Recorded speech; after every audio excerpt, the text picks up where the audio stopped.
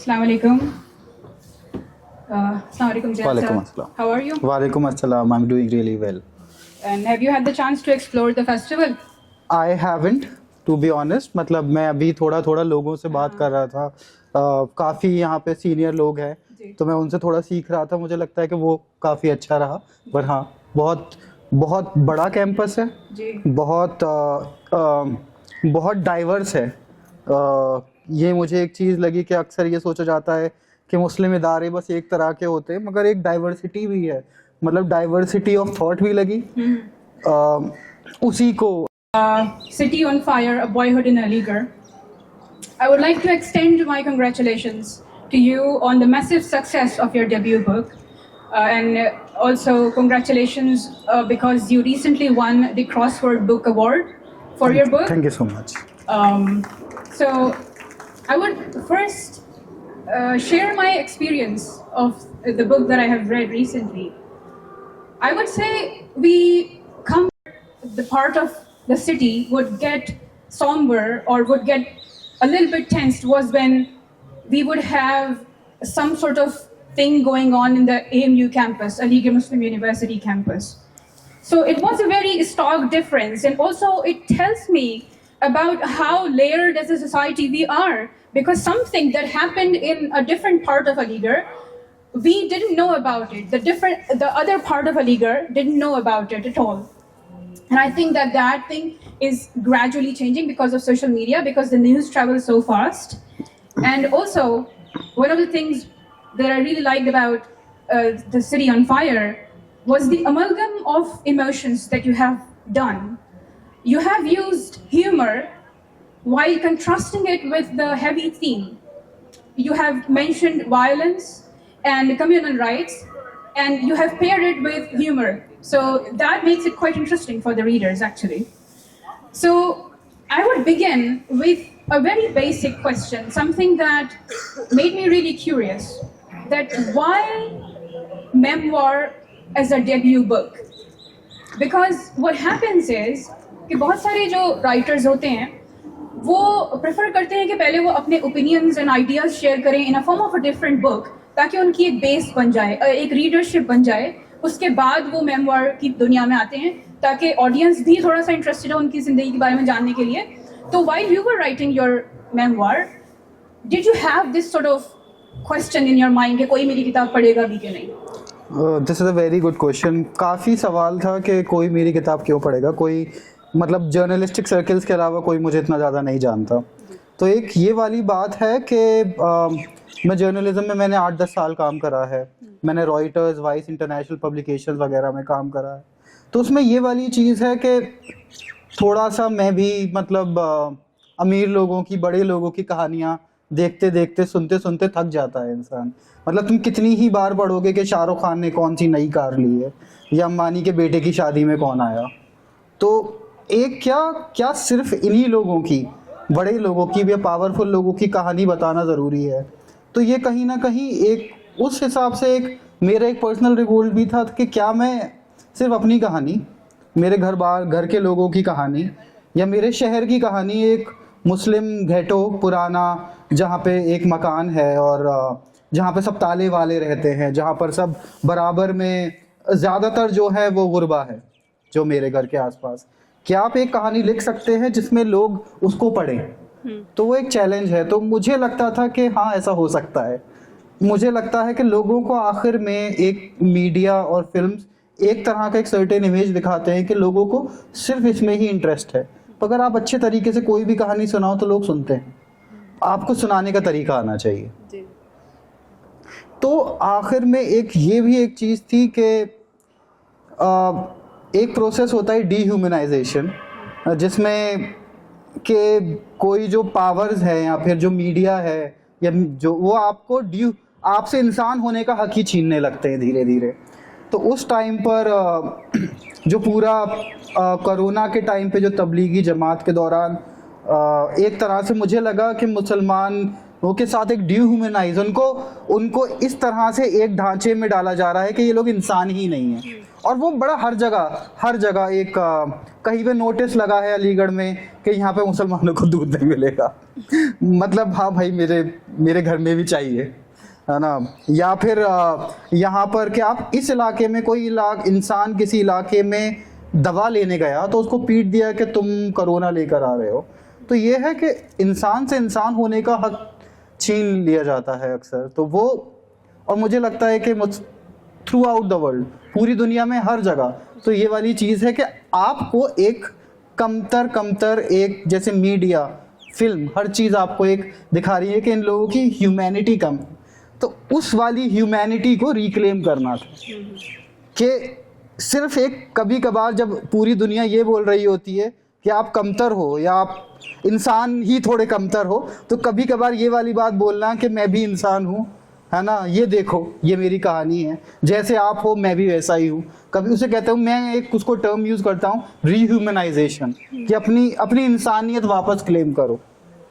वो बहुत ज़रूरी है, क्योंकि जिस तरह से ये वक्त है तो मुझे ये लगा कि मतलब अगर मैं किसी से बात करता हूँ तो उनको ऐसा ही लगता है, अगर मैंने अपर कास्ट हिंदूज़ हैं या फिर मैंने जो इलीट लोग हैं, अक्सर मैंने उन लोगों से अगर बात करी तो उनका यही रहता है, मुसलमानों में भी, सिर्फ हिंदू की बात नहीं करूँगा, मैं ये भी बात करूँगा कि जो बड़े इलाकों में, थोड़े पॉश इलाकों में लोग रहते हैं, उनको ये लगता है कि अरे यार मुसलमान इलाका अगर घेटो है तो यार वहाँ पे पता नहीं किस तरह के क्रिमिनल्स रहते हैं। मैंने मुसलमानों के मुंह से ये वाली बातें सुनी हैं।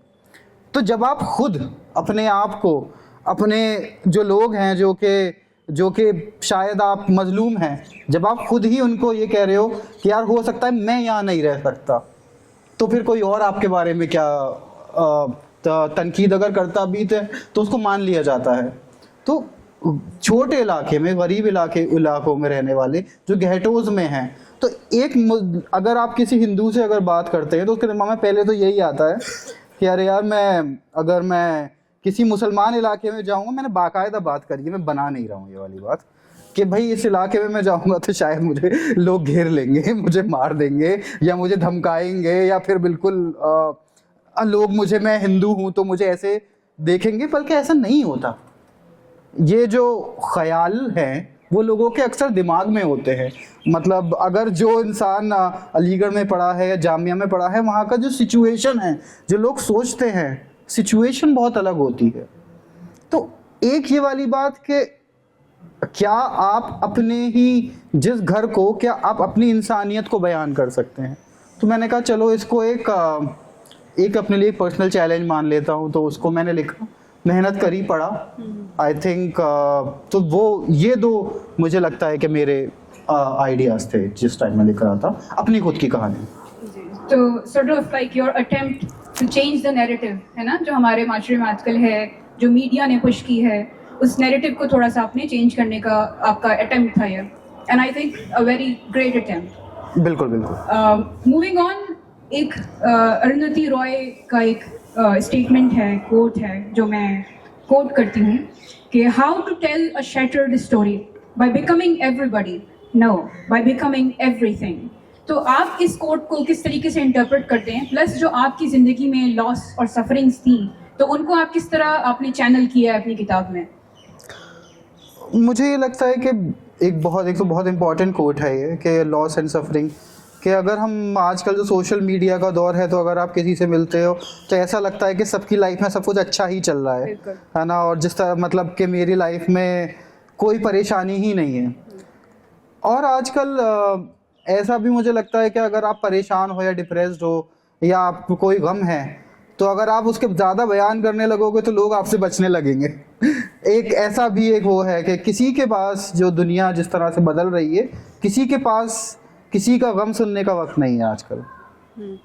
और ये एक पुराने जो हमारे जो बड़े हैं उनके साथ तो होता है अक्सर, जो यंग लोग हैं उनको पुराने लोगों की कहानियाँ नहीं सुननी, बड़े लोगों को यंगर लोगों की कहानियां नहीं सुननी। आजकल किसी को कहानी नहीं सुननी, सबको अपनी बतानी है। तो मैंने भी यही करा। मगर ये वाली बात है कि अगर जब तक कि आप अपनी परेशानी, अपने हार्ट ब्रेक्स, अपने स्ट्रगल्स को नहीं बताते हो ईमानदारी से, और अगर मैं झूठ बता रहा हूँ, बढ़ा चढ़ा के दे रहा हूँ, जो इंटेलिजेंट रीडर है वो 1 सेकंड में बांप लेगा। रीडर्स बड़े इंटेलिजेंट होते हैं, उनको पता होता है कि ये लपेट रहा है ये झूठ बोल रहा है या फिर ये कोई ऐसी बात कर रहा है। तो उसका आपको उतनी ही ईमानदारी से बताना है, आपको अपने आप को भी उसी कटघरे में इतनी ईमानदारी से रखना है जितना आप किसी और को रख रहे हो। तो शायद मैंने अपने आप को कोई बहुत हंसता खिलखिलाता एक बहुत खुश इंसान है ना, जिसकी ज़िंदगी में सब कुछ अच्छा चल रहा है, जो बहुत अच्छा इंसान है, नहीं दिखाया है। और एक ये वाली बात भी है कि जब आप अपने आप को बहुत ज़्यादा आला दिखाने लगते हो तो उसमें भी एक ह्यूमैनिटी आपकी लूज़ हो जाती है। जैसे कहते हैं कि हिंदुस्तान में औरत को देवी की तरह पूजा जाता है, तो मुझे लगता है वो भी थोड़ा प्रॉब्लमेटिक है तो इंसान ही, मतलब आपको उसको एक इंसान का दर्जा देना है। अगर आप उसको इंसान से बड़ा का दर्जा दे देते हो तो ऐसा लगता है कि शायद वो भी थोड़ा सा प्रॉब्लमेटिक है। फिर आप उस पर वो वाली एक्सपेक्टेशन करते हो कि उसको देवी की तरह ट्रीट करना है। नहीं, ऐसा आप इंसान ही हो आखिर में, और आपकी अपनी कमियां हैं। आप उन कमियों के बारे में बात करना घबराने की चीज़ नहीं है, उसी से आप आगे बढ़ते हो, इवॉल्व करते हो। तो मेरा एक तरीका ये भी था कि मैंने अपने बारे में बात करी, अपने घर के लोगों के बारे में बात करी, शायद अपनी माँ के बारे में भी बात करी एज ए इंसान। अक्सर वो वाली एक इमेज होती है कि माँ को आप एवेल्युएट नहीं कर सकते बाप को आप एवेल्युएट नहीं कर सकते, पर अगर आप लिटरेचर ही शायद एक ऐसी चीज़ है, आर्ट ही ऐसी चीज़ है जहाँ पर आप उनको उस मोल्ड से, अपने माँ होने या अपने बाप होने के मोल्ड से निकाल कर एक इंसान की तरह देख सकते हो। तो एक वो भी मैंने किया जी। कहीं ना कहीं अपनी किताब में। तो और अपने मोहल्ले के जो लोग हैं, जो मेरे घर के आसपास रहते हैं, जैसे गरीबों के बारे में कोई बात करता है तो बस उसको गरीब ही दिखाता है, बड़ा बेचारा है, उसकी ज़िंदगी में भी खुशी हो सकती है, उसकी ज़िंदगी में भी कुछ जॉय हो सकता है। तो उनको भी मैंने कोशिश करा कि उनको भी एक जैसे हम हैं वैसे ही आप लोग हैं। तो एक उस तरह का एक नरेटिव मुझे लगता था पूरी तरीके से दिखाना ज़रूरी था। अच्छा, आपकी मदर से मुझे याद आया कि अभी जब मैं बुक पढ़ रही थी तो उसमें आई रेड कि आप, because you are a third child of your parents, तो आपकी उस तरीके की रिलेशनशिप नहीं थी अपनी मदर से जैसे आपके अदर सिबलिंग्स की थी। तो it was quite refreshing to read actually, क्योंकि आई डोंट थिंक कि हमारी इतनी डेली कम्युनिटीज़ में इस तरीके से असेस किया जाता है पेरेंट्स को कि आपकी वालदा से या आपके वालिद से किस तरीके की रिलेशनशिप है। हमारा एक्सपेक्ट किया जाता है कि everything will be fine, everything would be great, है ना, इस तरीके का। तो I really enjoyed reading that. अच्छा, एक और सवाल ये है कि हमारी सोसाइटी में men are considered stoic, unemotional, है ना, कि मर्द का दिल नहीं होता, इस तरीके की चीज़, सोशल स्टिग्मा है हमारा। लेकिन मेमोir जो है एक बहुत ही पर्सनल चीज़ है जिसमें आपको अपने अंदर जाके you have to tap into your emotional self and basically you have to pen it down, है ना। तो was it hard for you to do that, especially living in a society that judges men at every whim? और उसके बाद कौन सा ऐसा moment था when you were like, okay, I am now ready to share my story with the world, this emotional sort of a story with the world, and let it judge me basically? बहुत मुश्किल था, बहुत ही ज़्यादा। शायद pandemic नहीं होता और मेरे पास उतना वक्त और मैं दुनिया से शायद कटा नहीं होता तो शायद मुझे लिखने में बहुत मुश्किल होती। तो उस टाइम जो कोरोना का टाइम था, कोविड का टाइम था, उस टाइम हर कोई ज़रा अपने ही एक ख्यालों की दुनिया में, शायद बहुत सारे लोग खोए हुए थे, मैं भी खोया हुआ था। तो उस टाइम पर ये लिखना थोड़ा आसान था। और अपने आप को समझना वो भी उस टाइम पे थोड़ा आसान था, क्योंकि दुनिया की ज़रा दौड़ भाग ज़रा रुक गई थी, ज़रा ठहर गई थी। तो एक चीज़ है कि कभी कभार ऐसा लगता है कि हम लोग जब बड़े हो जाते हैं तो हम अपने आप को ही भूल जाते हैं। तो एक ये वाली बात कि जब आप ये याद करते हो कि जब आप बच्चे थे और आपके साथ क्या हुआ था, उसने मुझे मारा था। अच्छा, मुझे ये भी याद है कि उसने मुझे मारा था, उसने मुझे कहाँ पर मारा था। अगर आप अपनी मेमोरीज को, अपनी यादों को टटोलते हो तो ह्यूमन ब्रेन बहुत बड़ा है, उसमें क्या क्या चीज़ें स्टोर होती हैं। अगर आप खमानने लग जाओगे तो परेशान हो जाओगे कि क्या क्या चीज़ें उसके अंदर स्टोर्ड है। तो वो कहीं ना कहीं और कुछ ऐसे सच के यहाँ पर कि मैंने गलत करा था, है ना, तो शायद ज़्यादातर लोगों के लिए वो वाली चीज़ बहुत मुश्किल होती है कि यार मैंने गलत करा था। तो शायद उस वाली सच को, वो वाले सच जो शायद हम अपने आप से छुपाते हैं, जैसे कहते हैं सोसाइटी डिनाइल में रहती है, खुद लोग अपने बारे में भी डिनाइल में रहते हैं। सबसे मुश्किल था मेरे लिए जो आपका दूसरा सवाल है किस बारे में, तो मैंने अपने अब्बा की मौत के बारे में लिखा था। उनको कैंसर था, वो कैंसर से काफ़ी सफ़र करे थे मरने से पहले, और उनके साथ मेरा क्या रिलेशन था, तो वो मेरे काफ़ी करीबी थे, पर ड्यू टू सम सर्कमस्टेंसेस उनकी और मेरी दोस्ती जो थी माँ बेटे और बाप की, आखिर में थोड़ी सी कुछ ख़राब हो गई थी, और मैं भी मेरी बेवकूफ़ी थी कुछ ना कुछ, मैं भी शायद टीनेजर था, कुछ समझ नहीं पा रहा था उस दौरान। एक ये वाली बात कि आपके बाप बीमार पड़ सकते हैं और मर सकते हैं, वो एक कहीं मेरे दिमाग ख्याल में भी नहीं था, तो शायद कुछ चीज़ें थी जो मैं अलग तरीके से करना चाहता, तो मैंने उनके बारे में इस किताब में जिक्र करा है। तो उस दौर को, उस वाले गम को प्रोसेस शायद मैंने इस किताब को लिखते में ही करा है, शायद उससे पहले, और अगर मैं इस किताब को नहीं लिख रहा होता तो शायद मैं नहीं कर पाता। तो एक तरह से काफ़ी थेरेपेटिक थी, कुछ चीज़ों में बहुत सुकून भी मिला, कुछ नए सवाल भी उठे, तो वो बहुत मुश्किल था। आप जो हैं जर्नलिस्ट भी हैं, तो यूजुअली हमें जर्नलिज्म में ये सिखाया जाता है कि a journalist is supposed to be neutral, someone who is unbiased. तो आप जब अपना मेमोर लिख रहे थे, तो did you have this question in your mind कि maybe in future somebody would read this work of mine and question my credibility as a journalist? क्योंकि जो memoir में जो topic है, it's very highly sensitive.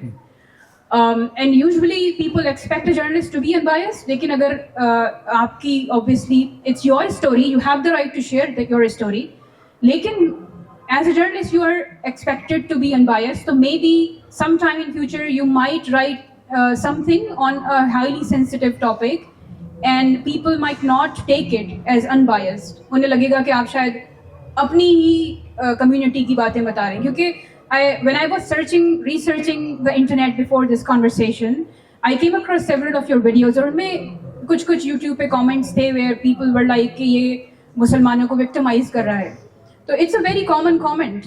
और तो आप मतलब do you think कि आपकी as a journalist आपकी credibility पे या आपकी वर्क पे क्वेश्चन उठ सकता है because of this memoir? Of course, ये काफ़ी बड़ा डर था। इनफैक्ट मुझे ये भी, मैंने तो काफ़ी जर्नलिज्म को, मीडिया वालों को काफ़ी क्रिटिसाइज़ भी करा है अपनी किताब में, इन द थर्ड पार्ट। जब मैं जर्नलिज्म तो कहीं ना कहीं मुझे लगता है कि जर्नलिज्म मतलब शायद एज अ जर्नलिस्ट मुझे ये वाली बात कहनी चाहिए या नहीं कहनी चाहिए, ऐसा दिखाते हैं कि बहुत इम्पार्शियल एक वो है, पर ऐसा कुछ नहीं है। जी। जितने भी पार्शियल दुनिया में कुछ भी इम्पार्शियल नहीं होता। exactly. वो एक झूठ है जो लोग अलग अलग तरीके से बताते हैं। दूसरी एक चीज़ ये है कि जर्नलिज्म को एक ऐसे दिखाया जाता है कि हम एक वॉच डॉग हैं, पर आखिर में वो एक सिस्टम जो है, हमारा जो पूरा सिस्टम है वो भी उसका ही पार्ट है। अगर मैं एक अक्सर लोगों से बात कहता हूँ, अगर कोई जर्नलिस्ट अगर सच में सच बोलने लग जाएगा तो या तो उसको निकल जाएगा अपनी जॉब से या उसे गोली मार दी जाएगी। तो ये एक सच्चाई है। तो इनफैक्ट मीडिया में सबसे कम फ्रीडम ऑफ एक्सप्रेशन मीडिया के पास होता है। मैं एक आम आदमी अपनी एक बात लिख सकता है ट्विटर पे, अगर मैंने ट्विटर पे अपनी मीडिया ऑर्गेनाइजेशन से थोड़ा भी इधर उधर कुछ लिख दिया तो हो सकता है कि मुझे जॉब से निकाल दिया जाए। तो मुझे लगता है कि मीडिया के पास सबसे कम फ्रीडम ऑफ एक्सप्रेशन होता है, जबकि उल्टा होना चाहिए। बहुत स्क्रूटनी से होती है। तो मुझे ये डर तो था कि अगर मेरी किताब आएगी तो, और वो डर मैं कहूँगा सही भी साबित हुआ, क्योंकि कहीं ना कहीं जो क्या कहते हैं कि एक जो लिबरल मीडिया का एक वो है, तो उसमें शायद मुझे पता था उसमें मेरा एक स्पेस थोड़ा रिस्ट्रिक्ट होगा। पर ये वाली बात है कि मुझे लगता था कि ज़रूरी भी है इसको लिखना, इसलिए फिर ये वाली कि आज और मीडिया थोड़ा थोड़ा चेंज भी हो रहा है कि ज़रूरी नहीं है कि आप, अब ये वाली बात है, आप अपनी कहानी कह सकते हो और अपने काम पे भी जा सकते हो। तो आई होप कि वो ऐसा ना हो कि अगर अगली बार मैं जॉब के लिए अप्लाई करूं तो मुझे इस बात पर रिजेक्ट कर दी जाए कि इसने अपनी मुस्लिम आइडेंटिटी को एक्सप्लोर करा है, पर हो सकता है। As a Muslim journalist, do you think media houses or other journalists expect us to be more neutral in where cases regarding Muslim minority issues are considered? कि मतलब अगर कोई मुसलमान जर्नलिस्ट है और वो ऐसे सिचुएशन को कवर कर रहा है तो क्या कोई क्वेश्चन कर सकता है कोई दूसरा रिलीजन का जर्नलिस्ट कि यू आर नॉट अनबायस्ड, या फिर उनके सपोज उनके जहन में ये बात रहती है, are you expected to be more neutral in a sense? देखिए मुझे ये लगता है कि देखिए it depends on what kind of a media scenario and media scene you are talking about. अगर कुछ जगहों पर अगर आप बात करते हो लेफ्टिस्ट मीडिया की, वायर हुआ, स्क्रॉल हुआ, तो वहाँ पर आपको इनफैक्ट ये वाला अपनी मुस्लिमनेस कहीं ना कहीं बेचनी पड़ती है कि हाँ मैं मुसलमान हूँ, मुझे मुसलमानों के बारे में लिखना है, मैं सिर्फ मुसलमानों के बारे में ही लिख सकता हूँ, मैं कभी भी हिंदू के बारे में नहीं लिख सकता, कभी मैं उनकी लाइफ, वो हमें एनालाइज कर सकते हैं, हम उन्हें एनालाइज नहीं कर सकते, मैं दलित कास्ट के बारे में नहीं लिख सकता, वो स्पेस मेरे लिए नहीं है। एक अपर कास्ट हिंदू को वो वाला स्पेस है, वो मुसलमान को एनालाइज कर सकता है, हम नहीं कर सकते उन्हें, वो स्पेस अभी भी मौजूद नहीं है।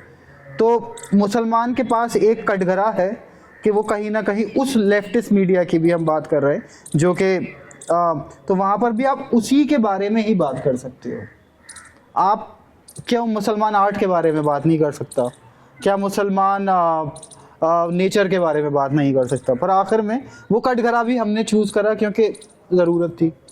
तो एक ये वाली चीज़ है कि हाँ सवाल, अगर आप, मैं जी मीडिया या फिर जो जिसको आप गोदी मीडिया कहते हैं, जो भी फलाना है ना, जिनकी देखिए मुझे तो लगता है कोई भी थोड़ा समझदार है वो उसे मीडिया नहीं मानता है ना, वो आखिर में उन्हें प्रोपोगेंडा ही देखते। मुझे लगता है लोग अब आप ज़्यादा एंटरटेनमेंट के लिए ज़्यादा देखते हैं rather than to know things.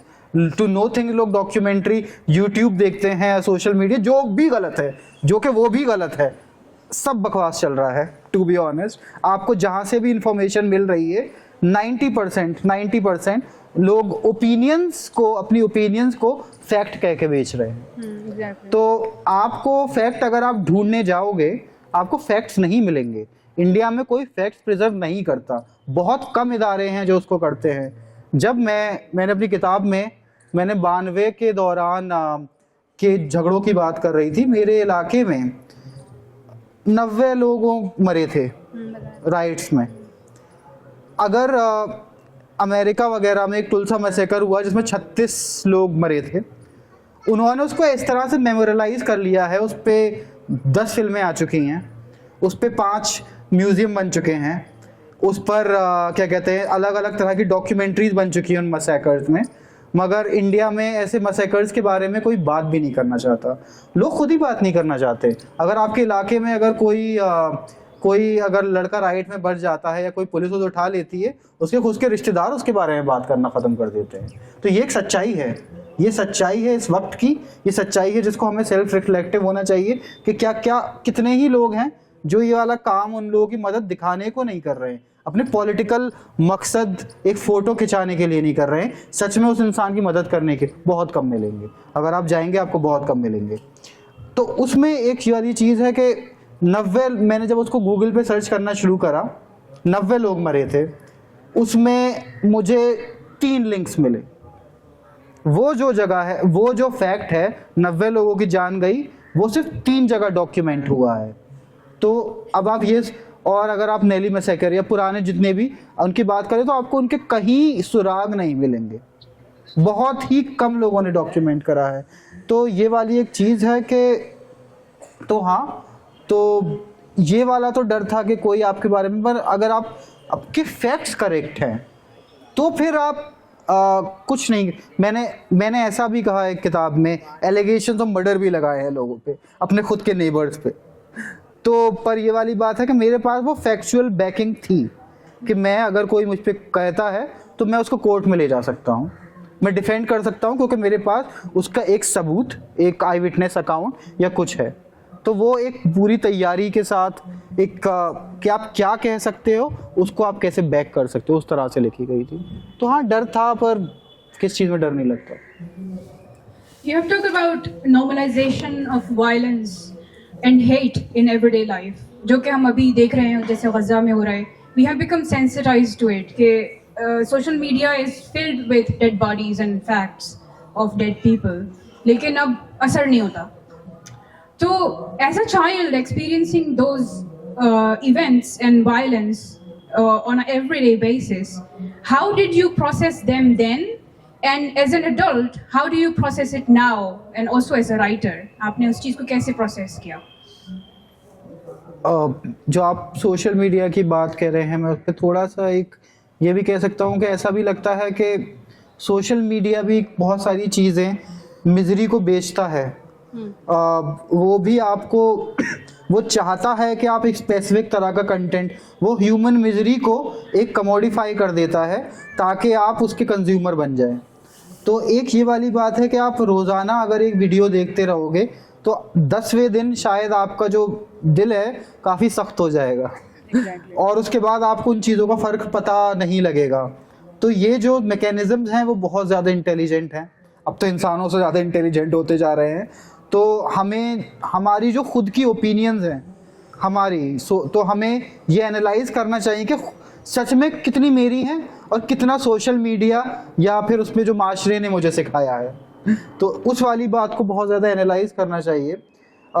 जो दूसरा सवाल है इसमें क्या कहते हैं, एक बार आप प्लीज रिपीट करें। जी, आपने उस हेट को और उस वायलेंस को एज अ चाइल्ड एक्सपीरियंस किया था, तो आपने उसको एज अ चाइल्ड किस तरीके से प्रोसेस किया, और नाउ एज एन एडल्ट जब आप अपनी किताब लिख रहे थे तो उसको किस तरीके से एनालाइज किया उस चीज़ को? देखिए, चाइल्ड के पास तो हिंदुस्तान में कोई प्रोसेस करने का टाइम ही नहीं होता।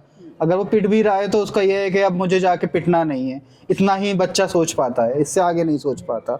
अगर उसे कोई बुली कर रहा है, उसके घर के बाहर कोई दादागिरी दिखा रहा है, तो उसका दिमाग बस यहीं तक चलता है कि मैं उस रास्ते से नहीं जाऊंगा, या फिर अगली बार वो मुझसे पकड़ लड़ने आएगा तो मैं उसको देख लूंगा।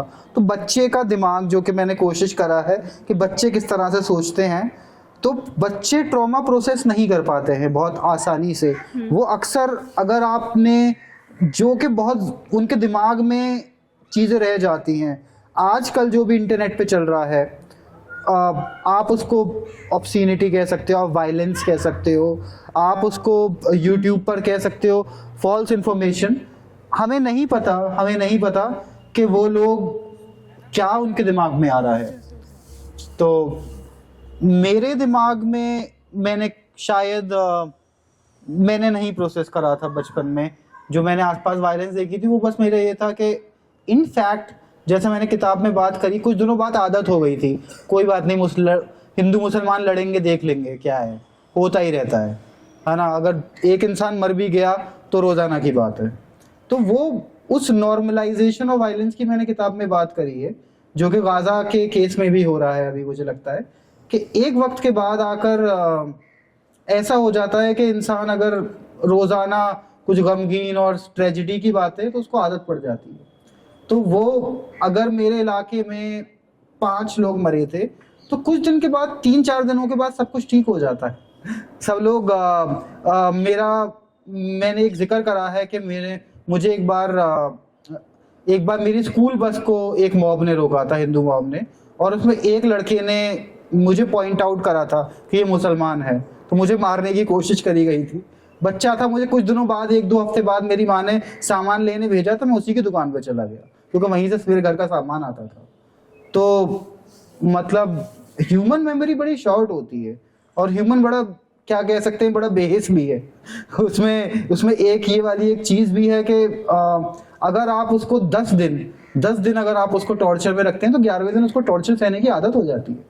तो ह्यूमन माइंड की एक बड़ी ही एक बड़ी ही एक खूबसूरत भी चीज़ है और बड़ी ही एक प्रॉब्लमेटिक भी चीज़ है कि आप उसको जैसे रखो तो उसको उसकी आदत पड़ जाती है।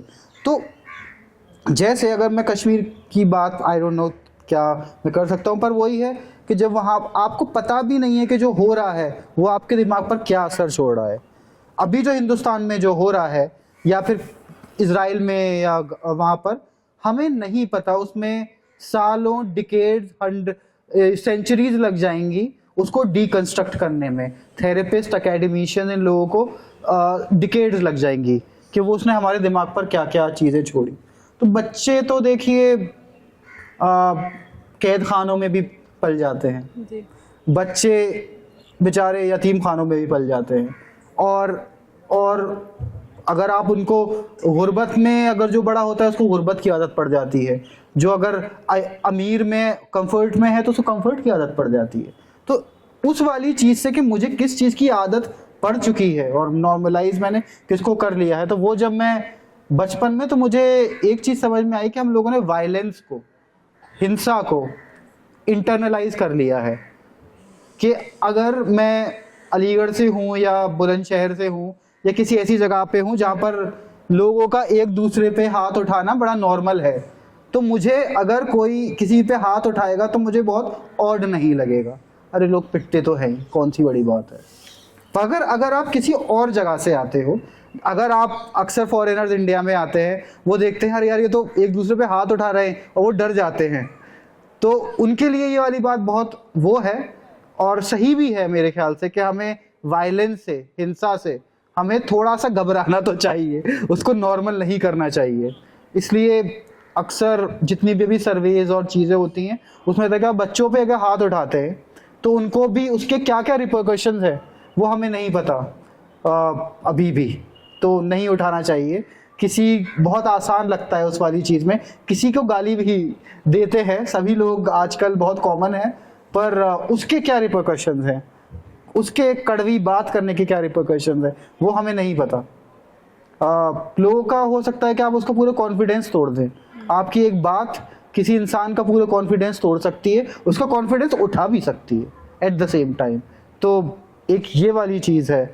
तो वो जो नॉर्मलाइज मैंने हम लोगों ने वायलेंस कि हाँ यहाँ पे झगड़ा होता ही है तो ये नॉर्मल है, तो उसको मैंने डी नॉर्मलाइज करा किताब में कि ये नॉर्मल नहीं है। ये नॉर्मल लोग ऐसा नहीं करते कि आपस में ग्रुप बना के आपस में लड़ जाएं, किसी के घर में आग लगा दें, किसी के शॉप को जला दें, किसी के बच्चे को, छोटे बच्चे को मार दें उसकी घर वालों के सामने। इसको नॉर्मलाइज नहीं करना चाहिए, जो कि अभी गाज़ा में काफ़ी हद तक वेस्टर्न मीडिया ने नॉर्मलाइज कर दिया है, उसको नॉर्मलाइज नहीं करना चाहिए। एज एन अडल्ट मैं इन चीज़ों के जो हिपोक्रेसी है देख सकता था कि मैंने किन किन चीज़ों को, किन किन गलत चीज़ों को मैंने अपने अंदर नॉर्मलाइज करा होगा। तो एज एन अडल्ट थोड़ा आपको अपने आप को माफ़ भी करना पड़ता है क्योंकि सब हैं तो इंसान, तो वो वाली चीज़ एज एन अडल्ट और चाइल्ड में बहुत डिफरेंस था। You talked about social media कि अगर आप एक दिन एक वीडियो देखेंगे वायलेंस का और लगातार उसे 10 दिन तक देखते रहेंगे तो योर हार्डन्स अ बिट।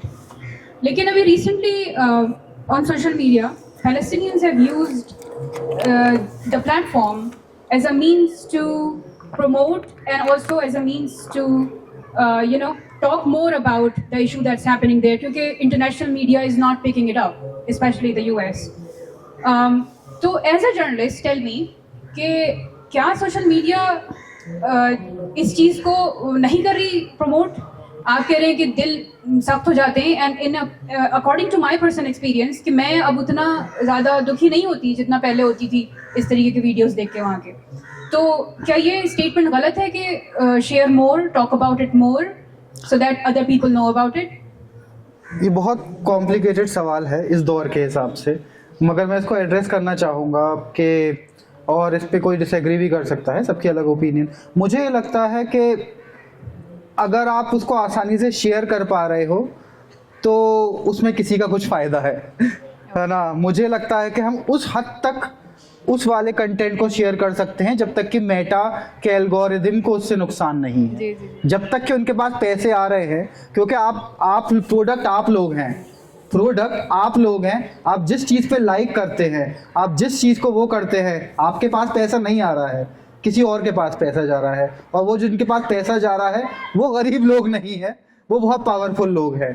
तो उनके लिए बहुत एक छोटा सा ये वाली बात है कि एक आपने बच्चे को अपने 10 रुपए दे दिए और 100 का नोट उसके हाथ से छीन के रख दिया। तो एक ये वाली बात है कि हम आपको कुछ दे रहे हैं। जो लिबरल डेमोक्रेसी का जो एक आइडिया है कि वो आपको एक स्वीट नथिंग्स देते हैं, तो उनमें वो आपको एक कुछ स्वीट नथिंग्स दे रहे हैं कि आपको एक इल्यूजन दे रहे हैं कि आपको बातचीत करके आज़ादी है। और मैं सोशल मीडिया पे मैंने आर्टिकल्स भी लिखे हैं इसके बारे में, तो उसमें ये है कि जहाँ पर भी जो गाज़ा में जहाँ पर भी कोई ऐसी चीज़ आती है क्राउड फंडिंग की, या तो वो उसको बहुत ज़्यादा रिस्ट्रिक्ट कर देते हैं। जो क्राउड फंडिंग जो प्लेटफॉर्म्स है वो इतना ज़्यादा पैसा ले रहे हैं, जो लोग डोनेशंस कलेक्ट कर रहे हैं, तो 10-12-15% तो उन्हीं के पास जा रहा है। तो मैं ये नहीं कहूँगा कि इससे बदलती नहीं है, मतलब हाँ आपको शेयर करना चाहिए, आपको शेयर करना चाहिए, आपको लोगों तक अपनी आवाज़ पहुंचानी चाहिए, पर ये वाली बात मानना कि इससे बहुत कुछ बदल जाएगा। देखिए मुझे लगता है कि एक आसान देखिए चीज़ें बदलने के लिए तो आपको थोड़े से हाथ मिट्टी में डालने पड़ते हैं, वो शेयर करने से चीज़ें नहीं बदलती। आपको जाके उसके लिए लड़ना पड़ता है, उसके लिए आपको बात करनी पड़ती है, उसके लिए आपको घर से निकलना पड़ता है ना, उसके लिए आपको काम करना पड़ता है। तो ये एक आसान सा एक इल्यूजन दे दिया जाता है कि मैं गाज़ा के लिए कुछ कर रहा हूँ क्योंकि मैंने वीडियो शेयर कर दी। मैं भी करता हूँ, है ना, रोज़ाना ही अक्सर दूसरे हर, पर ये एक आसान सा आपको बता दिया जाता है कि मैंने कुछ करा तो मेरे दिल को सुकून मिल गया कि मैंने गाज़ा। मगर नहीं, आपको पैसा देना है, आपको पैसा कलेक्ट करना है, वहाँ तक पहुँचाना है, उन लोगों की आवाज़, उन लोगों के लिए आप जो कर सकते हैं रियल ये फिजिकल दुनिया में आपको वो करना है। तो मुझे लगता है कि वो ज़्यादा इम्पोर्टेंट है। Going back to the topic of kids and trauma and experiences, recent research in psychology also tells that children who grew up in war zones or areas of conflicts, they struggle with PTSD and trauma.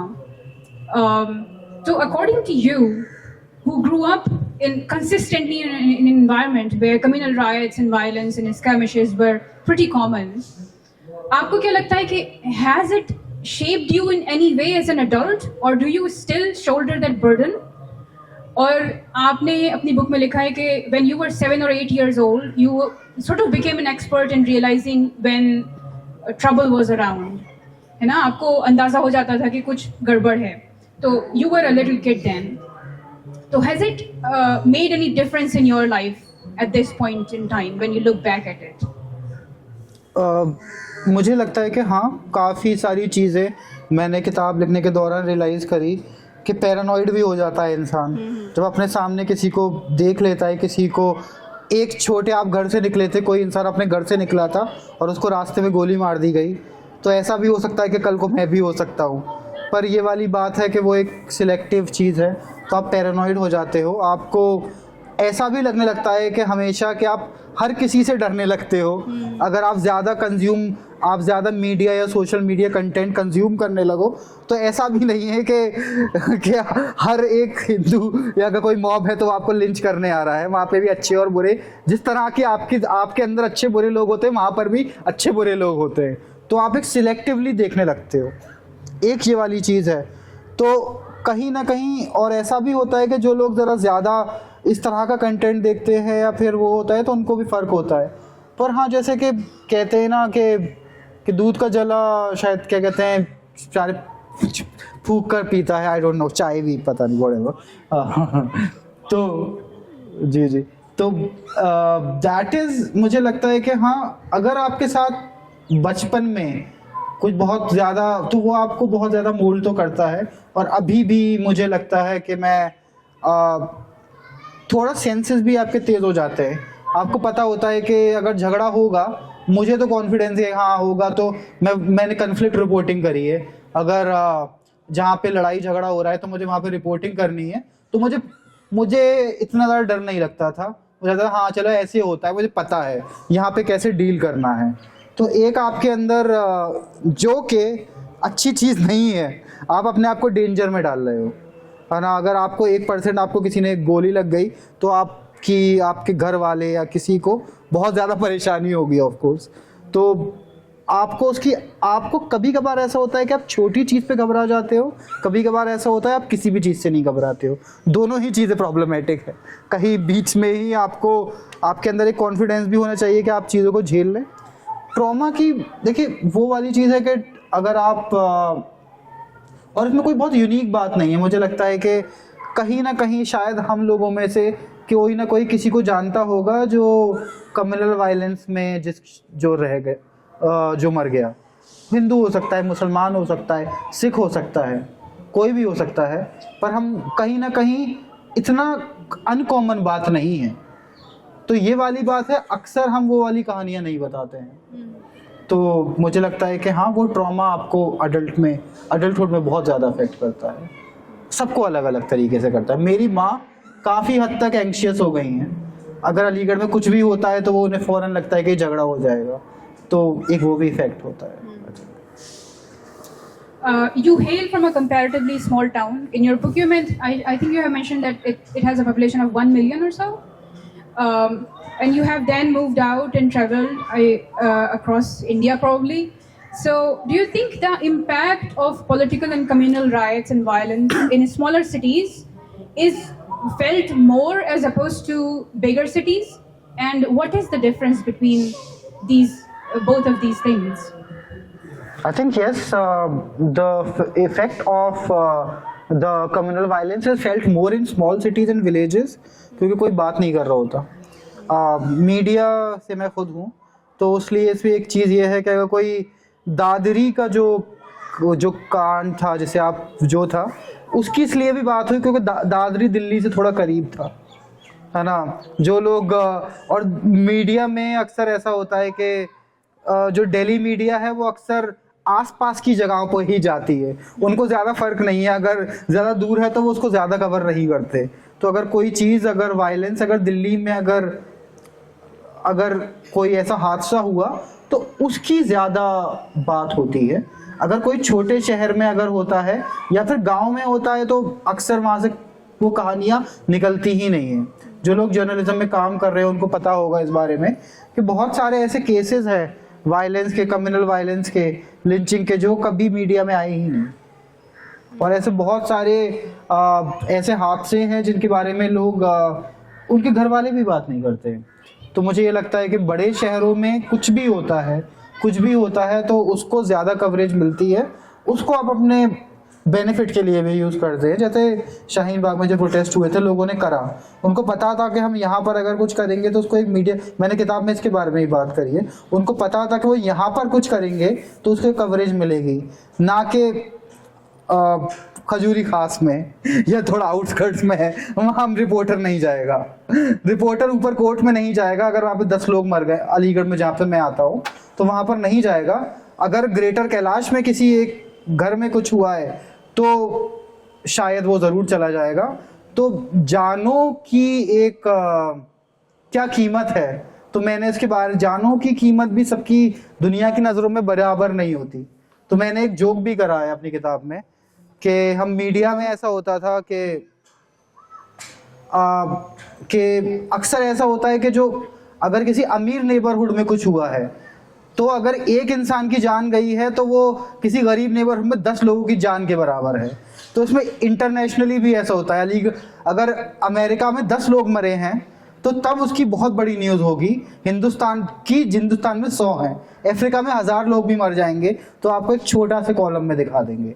तो जानों की भी एक कीमत कम और ज़्यादा होती है। तो हमें ये भी सोचना चाहिए कि क्या सारी जानें बराबर होती है, क्या हम सचमुच में ये मानते हैं या नहीं है, या किसी ने कुछ बड़ा करा है तो उसकी जान की कीमत या उसके गम की कीमत ज़रा ज़्यादा है। तो मेरा अक्सर इस बात पे लोगों से थोड़ा बहस भी होती है। मुझे लगता है कि चाहे कोई बहुत बड़ा भी आदमी हो, चाहे वो गरीब हो, जान तो सबकी बराबर है।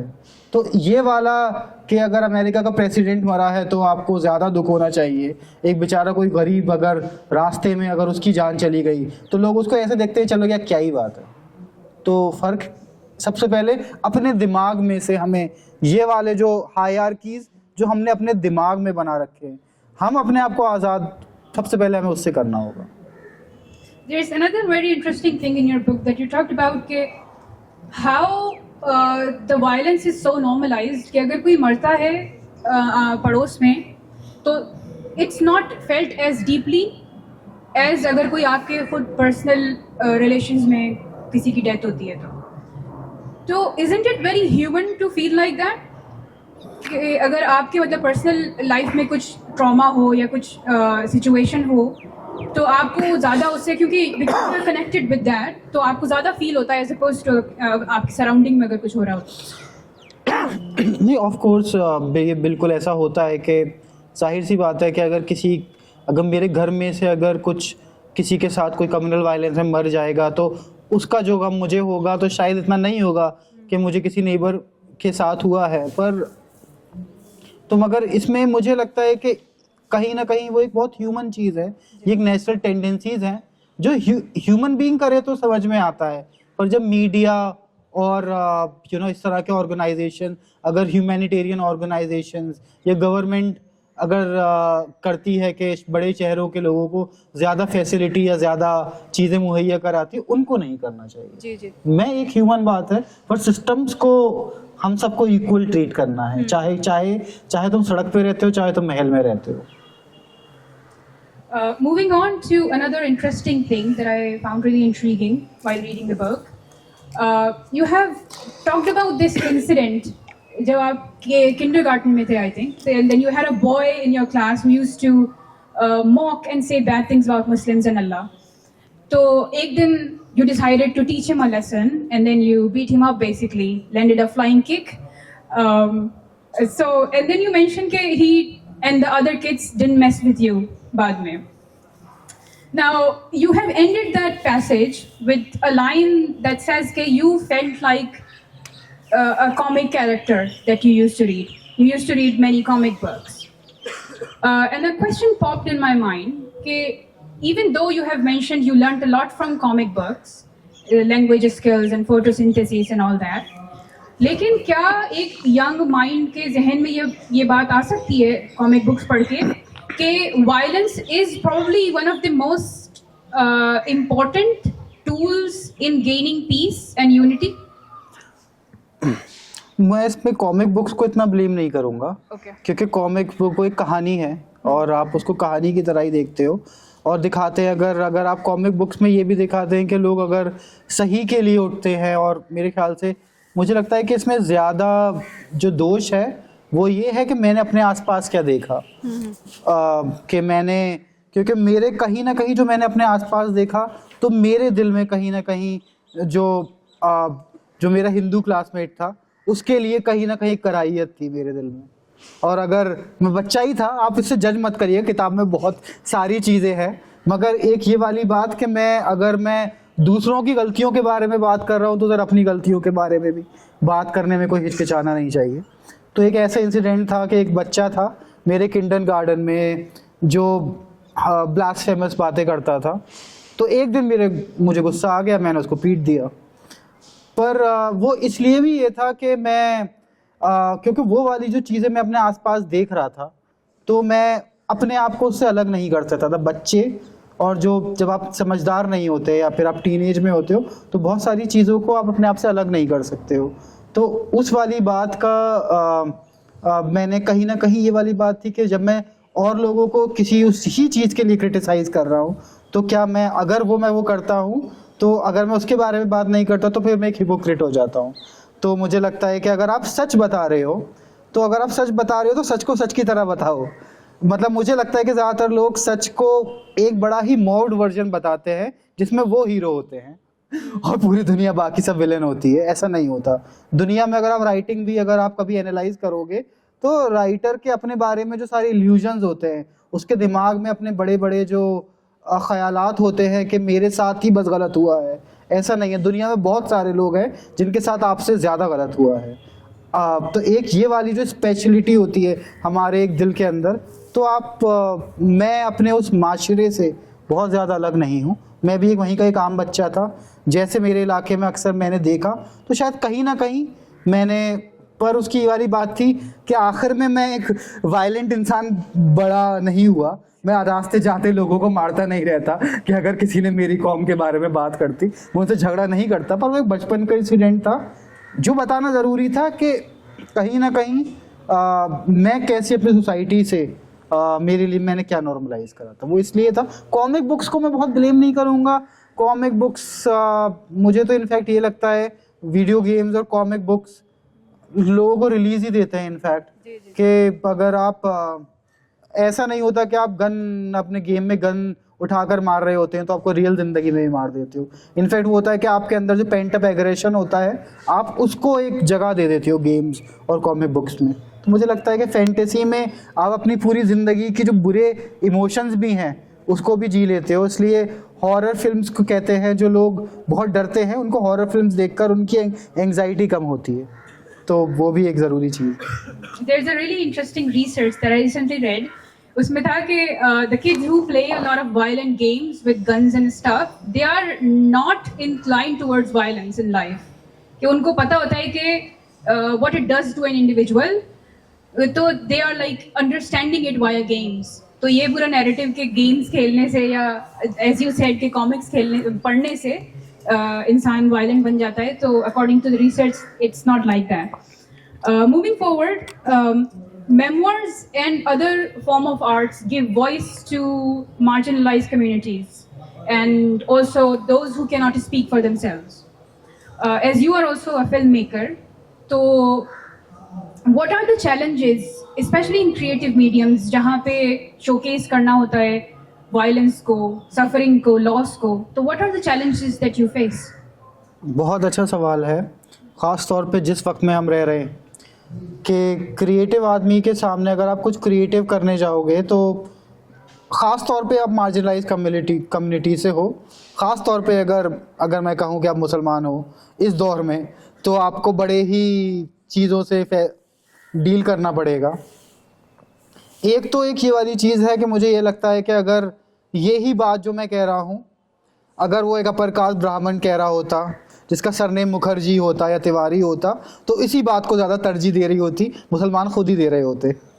तो एक ये वाला भी एक वही वाली बात है कि मैं अक्सर ये भी देखता हूँ उन बातों में भी कि मुसलमान खुद ही अपनी जो कम्युनिटी को खुद ही थोड़ा इन्फीरियर या डिमोनाइज करते हैं, वो खुद भी करते हैं। तो आप अपनी अगर ऐसा भी होता है कि आप ब्लर्ब लेने जाओ अगर किताब का, तो ऐसा होता है कि यार मुझसे लोगों ने कहा था यार किसी शर्मा या तिवारी का अगर हो तो लोग ज़्यादा सीरियसली लेंगे। तो मैंने कहा यार देखो मैं किताब इस बारे में लिख रहा हूँ कि ये जो बायसेस होते हैं, तो मैं ज़रा एक आध मुसलमान का भी अगर मैं ब्लर्ब डालना चाहता हूँ, अगर उससे मेरी किताब की अगर वैल्यू आपके हिसाब से कम होती है तो कोई बात नहीं, क्योंकि ये मेरा एक फ़ैसला है। मैं जिस कॉज के लिए वो कर रहा हूँ वो मैं कॉम्प्रोमाइज़ नहीं करूँगा, पर ऐसा होता है, ठीक है। और दूसरा ये वाली बात भी है, अगर आप जर्नलिज्म में या मीडिया में अगर आप जाओगे तो आपको बहुत अलग अलग तरीके के कॉम्प्रोमाइज़ आप करने के लिए तैयार रहें। वो एक आप वहाँ पर आपको जो सबसे पहली बात तो ये है कि या तो वो आपको अपना एक सिर्फ आपको ऐसा आपको वो देंगे कि जहाँ पर आप सिर्फ रो सकते हो अपना रोना, बस एक वो है, या तो आप एक बड़े लिबरल देशभक्त मुसलमान हो जो देश के लिए अपनी जान डालने के लिए बिल्कुल तैयार हो। सिर्फ ये ही दो चीज़ें हैं, बीच का कोई मुसलमान एग्जिस्ट नहीं करता वहाँ पर, ठीक है। या तो वो देशभक्त है या तो वो देशद्रोही है। आम मुसलमान जो सुबह जाते में कुत्ता अगर उससे भौंक जाता है तो वो डर जाता है, वो वाले मुसलमान के बारे में कभी बात नहीं करते। कभी मुंशी प्रेमचंद करते थे, आजकल वो वाला मुसलमान हमारी मीडिया से हर जगह से हमारे रिप्रेजेंटेशन में गायब है। जो एक आम बच्चा है जो अपने कॉलेज जाता है तो उसको अक्सर पैसों की परेशानी होती है, या खाने के बारे में भी अगर वो सोचता है, कोई छोटे शहर से आता है तो सोचना पड़ता है। तो वो लोग, वो मुसलमान कहाँ हैं रिप्रेजेंटेशन में? तो आपको अब तो ये है कि अब तो वो वाला भी आपसे वो छीनते जा रहे हैं, जो मीडिया है, फिल्म्स है, वो तो अब आपसे देशभक्त वाला जो आइडिया है वो भी छीनते जा रहे हैं। जो जितना मैंने लोगों से सुना है, अब आपके लिए बस एक रोल रिजर्व है टेररिस्ट का, या तो आप बड़े कंजर्वेटिव एक मुल्ला हैं जो अपने घर में अपने बच्चों को, अपने बच्चों को मार रहे हैं, जो औरतों को घर से बाहर निकलने की इजाज़त नहीं दे रहे हैं। आजकल तो सिर्फ एक ही रोल आपके लिए मुकर्रर कर दिया गया है। तो उसमें कुछ अच्छे फिल्म मेकर्स, कुछ अच्छे राइटर्स हैं जो आपको ये वाले एक मौका देते हैं कि आप अपने, देखिए, और इस वाले ये जो नरेटिव है देशद्रोही और देशभक्त, इसमें मुसलमान भी फंसे रहते हैं कि या तो तुम वो हो या तो तुम वो हो। भाई मतलब मैं नॉर्मल इंसान हूँ, ठीक है, मुझे पहले ज़रा अपनी ज़िंदगी की चीज़ें मैं डील कर रहा हूँ, मैं बीच में भी कहीं हो सकता हूँ। तो इसे कहते हैं कि जब आप पोलराइज करते हो तो गुड और बैड के बीच में कर दिया जाता है। तो एक वो वाला मौका मुझे लगता है कि ये हिंदुस्तान में वो वाला मकाम है। तो इसलिए हमें इन दायरों से निकलकर मुसलमानों को थोड़ी सी बातें करनी चाहिए। ऑल्सो मैंने खुद भी एक कहीं पे कॉल लिया था कि शायद अगर मैं मुस्लिम हूँ तो मैं शायद अपनी मुस्लिम आइडेंटिटी की बात कर रहा हूँ ताकि तभी शायद आपको उस बॉक्स में मुसलमान को रखना पड़ता है अपने आप को। मैं शायद किसी और चीज़ के बारे में बात कर रहा होता, मैं किसी और कम्युनिटी के बारे में बात नहीं कर सकता, शायद मुझे ये वाला मौका नहीं दिया जाता। ये बहुत इंपॉर्टेंट बात है, हम लोगों को ये वाली बात समझनी चाहिए कि हम उनको एनालाइज नहीं कर सकते, वो हमें एनालाइज कर सकते हैं। तो ये एक बहुत बड़ी पावर है कि आपको कोई ऑब्जेक्टिफाई कर सकता है, आप उनको ऑब्जेक्टिफाई नहीं कर सकते। ये बहुत बड़ा पावर इक्वेशन है, इसको मुझे लगता है कि बहुत इंपॉर्टेंट है ये आजकल के ज़माने में। Extremely important thing that you have mentioned. Ziad, we are moving towards the end of the session. What advice would you give to young aspiring writers, and what message would you give to them? With the experience that you have now, would you suggest them that they start their writing careers with a memoir, or should they choose a different trajectory? देखिए, writing अगर जिसको शौक है, जिसको बिल्कुल बेहद ही शौक है, सिर्फ वो ही इसमें जाए। ये एक ऐसा करियर का वो नहीं है, मैं किसी को डिस्करेज नहीं करूँगा, पर इसमें बिल्कुल जिसको शौक है सिर्फ वो ही कर पाएगा। अगर आपको गाड़ी चाहिए, बड़ा मकान चाहिए, तो शायद अवॉइड करें इसे। पर एक ये वाली चीज़ है कि अगर आपको लिखना है, अगर आपके अंदर वो वाली चीज़ है कि मुझे लिखना ही है, तो सारे जो अपनी ज़िंदगी के जो सारे भरम हैं उनको ज़रा मार दें अपने अंदर, है ना। मतलब ये है कि जो भी आप अपने बारे में सोचते हैं, जो भी आप अपने माशरे के बारे का बिल्कुल ज़ीरो पर आ जाए कि शायद तुम्हें कुछ नहीं पता इस दुनिया के बारे में, मैं जितना भी इस दुनिया के बारे में जानता हूँ वो सब ज़ीरो है। फिर से शुरू करें। जहाँ पर आपकी ईगो आपके ऊपर हावी होने लगी, आप नहीं लिख पाएंगे। जहाँ पर आपने आपको कमतर, आपने अपने आप को मान लिया, आप नहीं लिख पाएंगे। आपको कहीं ना कहीं एक बिल्कुल ज़ीरो पर आना पड़ेगा, तभी आप लिख सकते हैं। और दूसरा, शायद पता नहीं मुझे से कि थोड़ा सा भटकना भी पड़ता है, तभी जाके आप राह पे आते हो। तो थोड़ा सा एक ये वाली चीज़ है कि आइडियाज़ को, अपने दिमाग को, देखिए अक्सर ऐसा होता है, हमारी जो सोसाइटी है वो बहुत ट्रेडिशनलिस्ट है। आई होप मैं ये कह सकता कि बहुत इस्लामिक है। वो इस्लामिक कम है, वो ट्रेडिशनलिस्ट ज़्यादा है। परंपरावादी हम ज़्यादा है, हम दीनी कम है। मुझे ऐसा लगता है कि हम अपनी रीति रिवाजों को ज़्यादा मानते हैं। तो देखिए, आपको अगर आप जिस भी चीज़ के बारे में आप सोच रहे हो, हमेशा उसके उल्टा ज़रूर सोच कर देखें।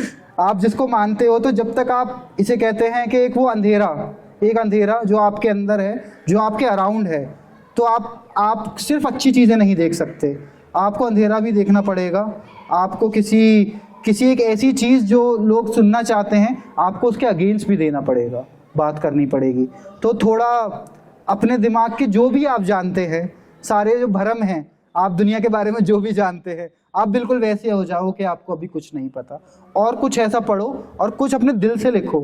आपके अंदर से जो आवाज़ आती है, जो सच आता है, उससे बड़ा कुछ नहीं है। और दूसरी बात, जो आपका जो सच है वो ज़रूरी नहीं है किसी और के सच से मैच खा रहा हो। तो आपके अंदर वो कॉन्फिडेंस होना चाहिए कि नहीं। मुझे बहुत लोगों ने कहा था कि आप मत लिखो यार, मतलब एक मुसलमान गhetto में एक इंसान की कहानी, कम्युनल वायलेंस कौन पढ़ेगा। मैंने कहा लिखते हैं, चलो देखते हैं कहाँ जाती है।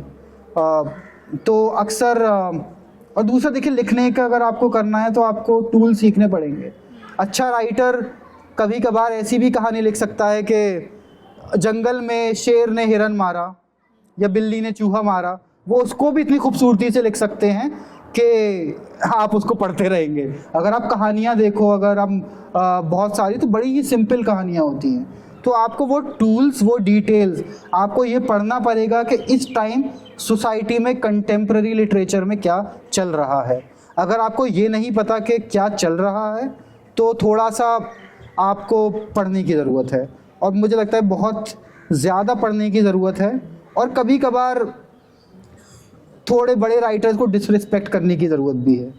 आप जब मेरी किताब पढ़ें तो उसमें बड़ी कमियां निकालिएगा, है ना, ताकि जब तक आप मुझे इस तरह से नहीं देख सकते कि यार ये क्या है, मैं तो इससे अच्छा लिख दूंगा, तब तक आप नहीं लिख सकते, है ना। जब तक कि मैं किसी बड़े राइटर की किताब को देखकर कि इसमें कोई कभी घबरा जाता है, जब तक आप ये नहीं देखोगे इसमें क्या ख़ास बात है ना, मैं भी कर सकता हूँ, अगर मैंने ठान ली तो मैं कर सकता हूँ, तो आप कर सकते हो।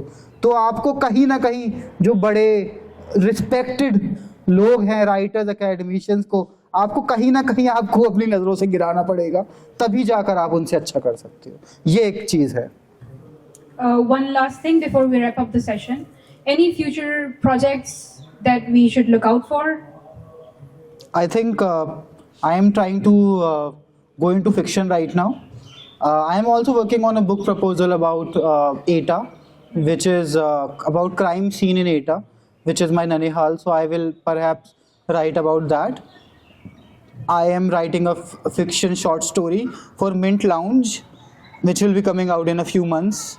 And yeah, I think you can. I hope to write films at some point. Hopefully, you will see that at some point. Dua kare. Thank you so much, Ziad, for such an insightful session, and thank you to the audience for sticking with us till the end. Thank you very much. Acha, if anyone has any questions, please, this is the time to ask. Please raise your hand.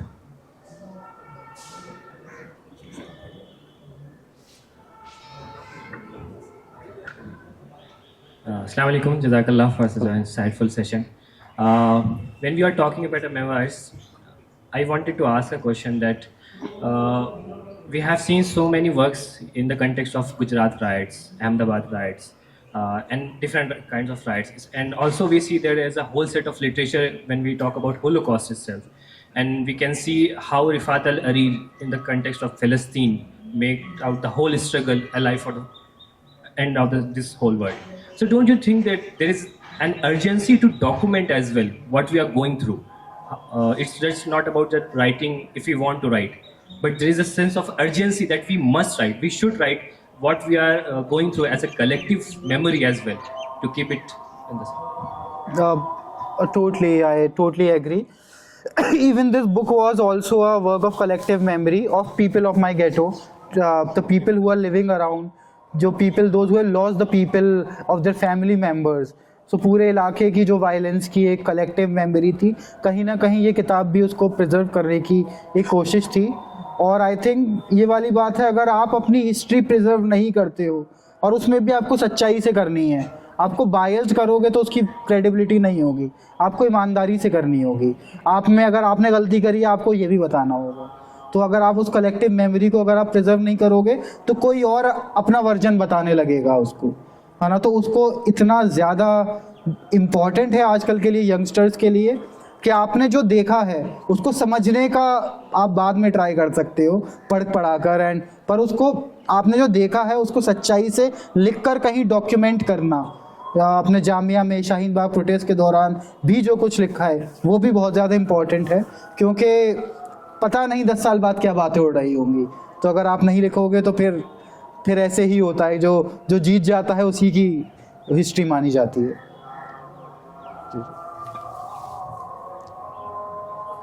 Hello.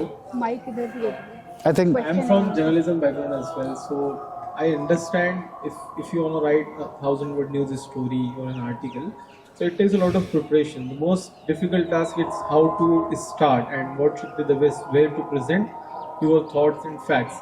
So you have written a successful memoir.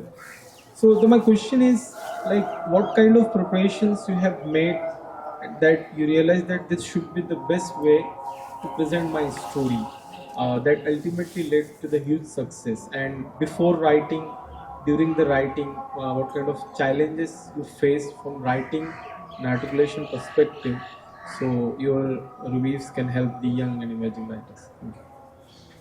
बहुत अच्छा सवाल है। मुझे लगता है कि अच्छा लिखने के लिए आपको पहले बुरा लिखना बहुत ज़रूरी है। जब तक आप बुरा नहीं लिखोगे तब तक आप अच्छा नहीं लिख पाओगे, और अपने आप को थोड़ा कम जज करें तो ज़्यादा बेहतर है, पर अपने आप को इन्हेंस ज़रूर करते रहें। तो शायद मैं अपना पहला ड्राफ्ट अगर किसी को पढ़ाऊँगा तो मैं नहीं पढ़ाना चाहूँगा, मेरी जितनी थोड़ी बहुत जो भी इज़्ज़त है वो चली जाएगी। तो मैं, पर यह है कि बहुत ही एक सादा सा एक कहानी थी, मैं शायद अपने इलाके की कर रहा हूँ, तो फिर ये वाली चीज़ थी कि मैंने उसको बहुत ही बुरा लिखा, कभी कभार बहुत देर तक बुरा लिखा। उसमें जब मैंने कहा नहीं, चलो मैं अपने आप को जज ना करना उस मौके पर बहुत ज़्यादा ज़रूरी है कि क्या मैं सेंस बना रहा हूँ या नहीं।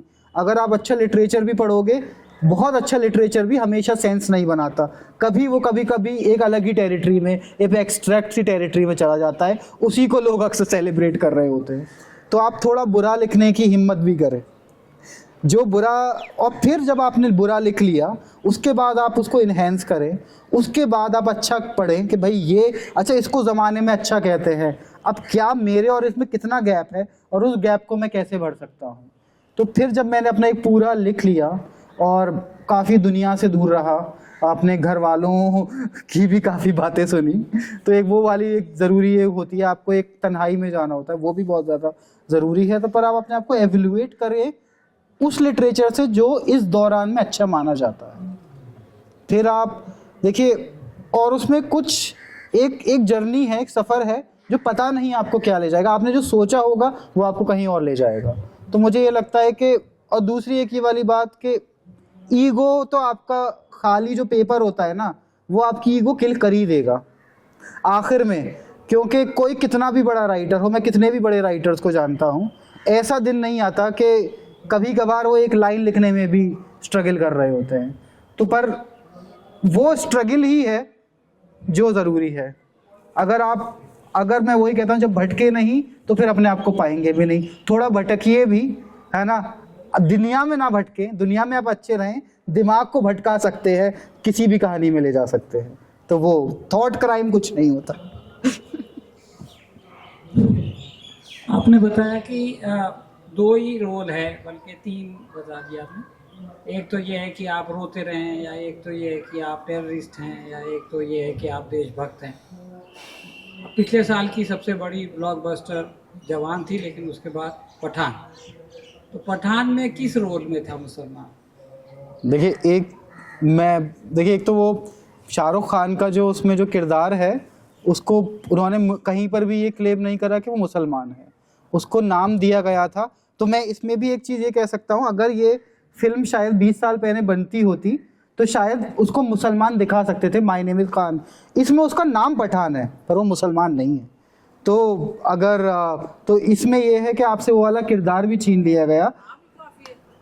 हाँ, नाम तो है, पर उन्होंने क्या दिखाया, उसको उन्होंने दिखाया कि भाई ये बच्चा अनाथ था, जिसको अफगान के लोगों ने उनको ये नाम दे दिया पठान।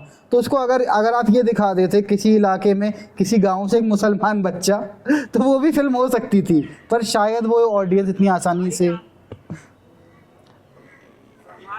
सर एक बड़ा ही एक बहुत ही ये वाली, मुझसे अक्सर लोगों से ये पूछा जाता है, आप ये वाली बात कहते हो कि मुसलमानों को स्पेस नहीं दिया जाता, और जो सबसे 3 बड़े जो वहाँ के कलाकार हैं वो खान हैं, है ना, और ऐसा कैसे हो गया। तो मुझे ये लगता है कि वो इंडिया एक बड़ी ही एक अजीब सी कंट्री है। जब सिनेमा वो देखने जाते हैं, जब क्रिकेट देखने जाते हैं, तो वो अपने जो ज़िंदगी के उनके जो सारे प्रीजुडिसेस हैं वो सिर्फ उस मोमेंट पे अलग रख देते हैं। अगर इरफान पठान ने आज बॉलिंग में, या फिर जो मोहम्मद सिराज है, शमी ने, अगर आप 5 विकेट ले लिए, तो उस टाइम उसके साथ कम्युनलिज्म काफ़ी ही कम होगा।